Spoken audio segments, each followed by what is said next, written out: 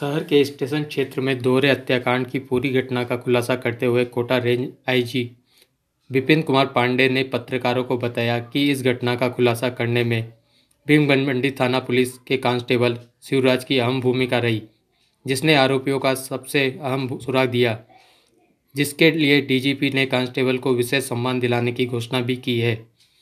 Police की 10 से ज़्यादा टीमें इस काम में दिन रात जुटी हुई थी, जिसमें 3 आईपीएस, 5 आरपीएस सहित दर्जनों पुलिस के अधिकारी शामिल थे। लगभग 150 से ज़्यादा सीसीटीवी कैमरे, 300 लोगों से पूछताछ कर क्लू जुटाया गया और तब से 96 घंटे के भीतर गायत्री और पलक की निर्मम हत्या की पूरी कहानी का खुलासा कोटा पुलिस द्वारा किया गया है।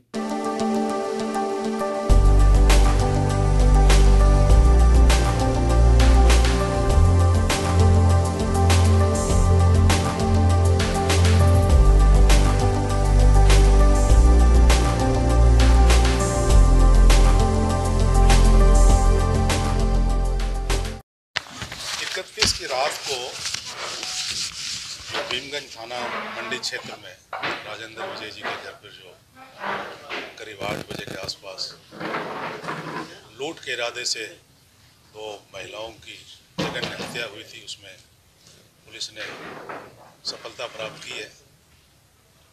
2 मुलजिम को अरेस्ट किया है और उससे लूट में गई राशि और गहने ज़्यादातर रिकवर कर लिए हैं। घटना इस प्रकार से थी कि करीब 8 बजे के आसपास ये दोनों लड़के जो मुलजिम है, मुलजिम का नाम एक मात्रा उर्फ सल्लू, जाति मीना, प्रभुलाल फादर का नाम है, बड़ी तीरथ का है, और दूसरा लोकेश जो उसी का पड़ोसी है, वो भी बड़ी तीरथ का है।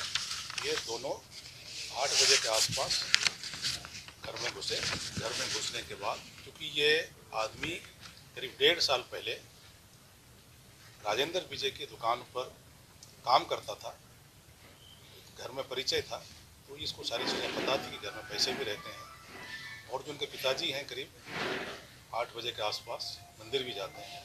तो सबसे पहले ये मंदिर के आसपास आए।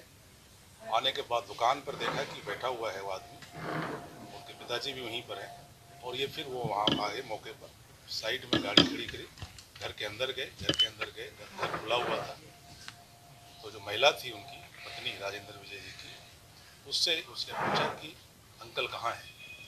उसने कहा दुकान पर। जो रॉड के पीछे छिपा के ले गए थे, उस रॉड से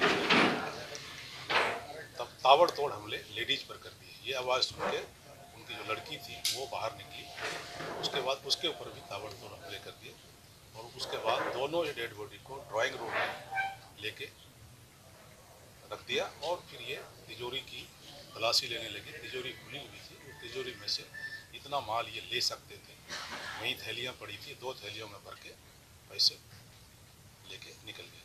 जो माल इतने ले गए थे, जो लूट हुई थी, उसमें करीब 15 किलो के आसपास जो चांदी और सोने के जेवरात थे, जो कि जेवर का काम करते हैं, और करीब 37 लाख रुपए ये लेके चले गए थे वहाँ से। और लेने के बाद ये फिर निकल गए, गाँव गए। एक दिन वहाँ पर रुके, शाम को ही वो जयपुर निकल गए। जयपुर में एक दिन रुके हैं, और परसों शाम को ही वापस आए। ये घटनाक्रम पूरा है। तो पुलिस ने अभी बरामद किए वो सोना चांदी की जेवरात लगभग बरामद हो गई है। ये माल गई थी वो सारे बरामद हो गए। करीब 2 किलो के आसपास सोने के जेवरात हैं, और 3.5 किलो के आसपास चांदी के जेवरात हैं, और 21,70,000 अभी हमने दोनों से बरामद कर लिए हैं। एक से 11 लाख बरामद हुए, एक से 10 लाख। ये पूरा घटनाक्रम इस प्रकार से। हाँ, अब जो पुलिस ने पिछले 3 दिनों में प्रयास किया, उसके बारे में भी ब्यौरा देना चाहूँगा, क्योंकि जब बड़ी घटना इस तरह की होती है और अज्ञात होती है, तो स्पेसिफिक लाइन पकड़ने में समय लगता है। तो इस तरह से करीब 5 टीमें बनाई गई थी, और एसएचओ जो यहाँ पुराने लोग काम करते हैं, सीईओ, एडिशनल एसपी, सारे मौके पर गए और 5 टीमें बनाई। टीमों को कार्य दिया गया, किसी को सीसीटीवी का कार्य दिया गया, किसी को घर के अंदर कौन कौन आ सकता है, नौकर है, परिचित है, लेन देन संबंधित व्यक्ति कोई आए हैं, किसी से कोई विवाद हुआ है, ये देखने का काम दिया गया। घर के आसपास कई निर्माणाधीन बिल्डिंग्स हैं, उसमें कई बाहर के लोग काम कर रहे हैं, तो उनको भी देखा गया, उनकी सूची बनाई गई। और कुछ पुराने एमओ ऑफरेंस कोटा में पहले कुछ हुए हैं, जेल से कुछ सूचना मंगाई गई। एक टीम इनके परिजन और घर में कितने लोग प्रवेश कर सकते हैं, जिनको घर में पहचानने के बाद भी प्रवेश देंगे, वैसे लोगों की पहचान कर रहे थे। नौकर है, लेन देन का संबंधित है, तो सूची बनाई। उसी दौरान ये जानकारी में आया कि एक नौकर कभी काफ़ी पहले एक रहा था इनके घर पर, ये इन दिनों नहीं रह रहा है।